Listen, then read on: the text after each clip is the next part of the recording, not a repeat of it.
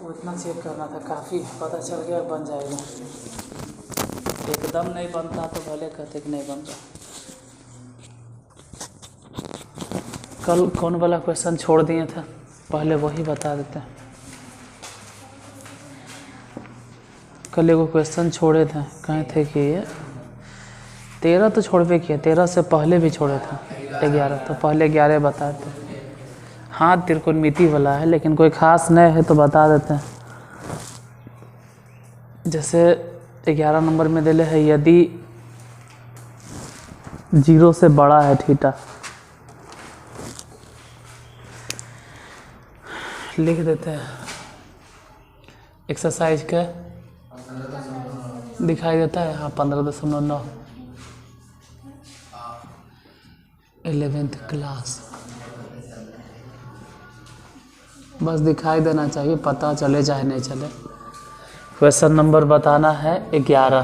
तो 11 में कह रहा है कि यदि 0 से बड़ा है थीटा, 0 से बड़ा है थीटा लेकिन π/2 से छोटा है, तो इसका कोई खास इम्पोर्टेंस यहाँ पे नहीं है। मतलब कुछ बनाने वाला अगर इस पर ध्यान भी नहीं देगा तो इतना बड़ा नुकसान नहीं होने वाला है।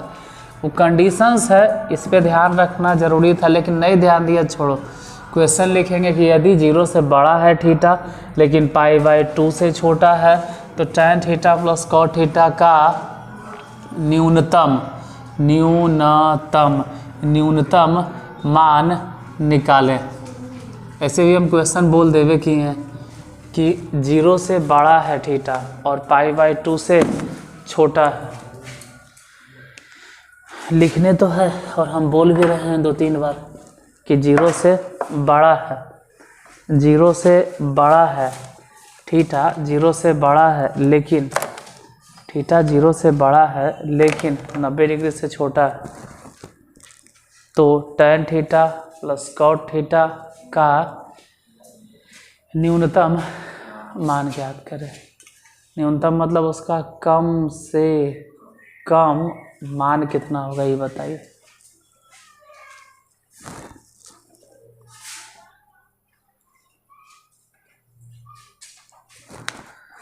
देखो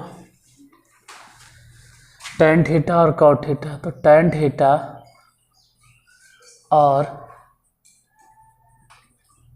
cot थीटा का am ज्ञात करो एक बार कि am कितना होगा, और फिर tan थीटा और cot थीटा का gm ज्ञात करो। tan थीटा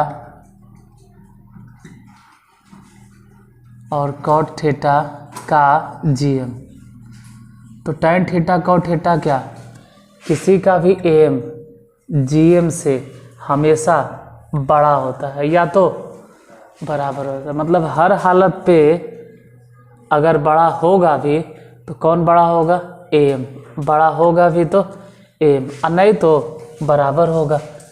कभी भी ऐसा नहीं हो सकता है कि gm am से बड़ा होगा। तो पहले ही ध्यान देना कि am हमेशा हर हालत पे gm से तो बड़ा होगा, am gm से बड़ा होगा।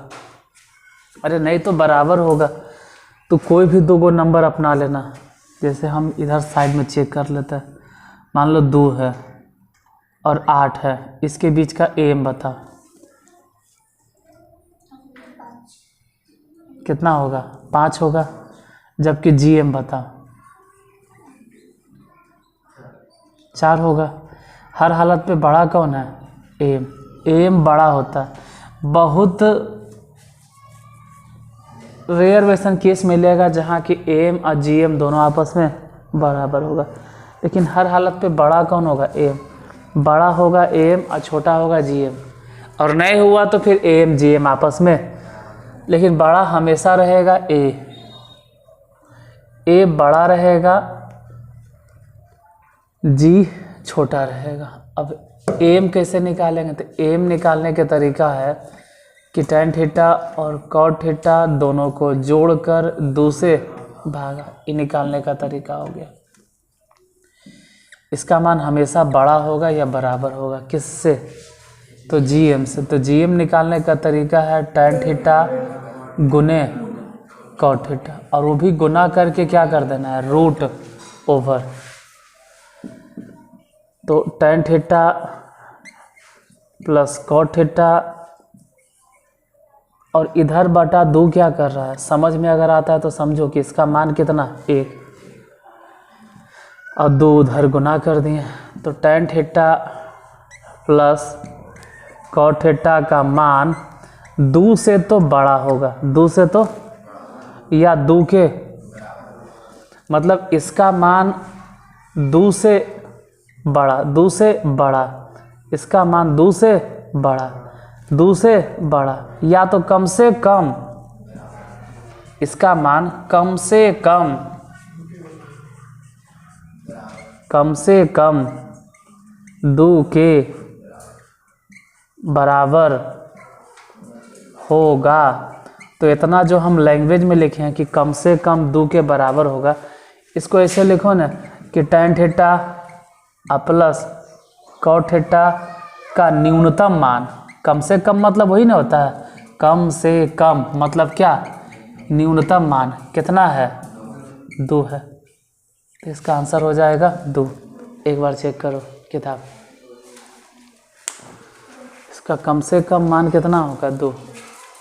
एक बार फिर से समझाते हैं, क्वेश्चन जैसे था वैसे रह देंगे, इसके पीछे नहीं भागना है, कितना इसके पीछे दौड़ते रहता है। ठीक है, ये कह दिया है कि थीटा कौन से क्वाड्रेंट में है, थीटा 0 डिग्री से बड़ा 90 डिग्री से छोटा, इसका मतलब ये हो गया कि थीटा है फर्स्ट क्वाड्रेंट में, बस इतने ध्यान देना, इससे ज़्यादा नहीं। ठीक है, फिर कह रहा है tan थीटा और cot थीटा का जो एम है वो हम जानते हैं कि एम हर हालत पे जीएम से या तो बड़ा होगा और नहीं तो जीएम के बराबर होगा।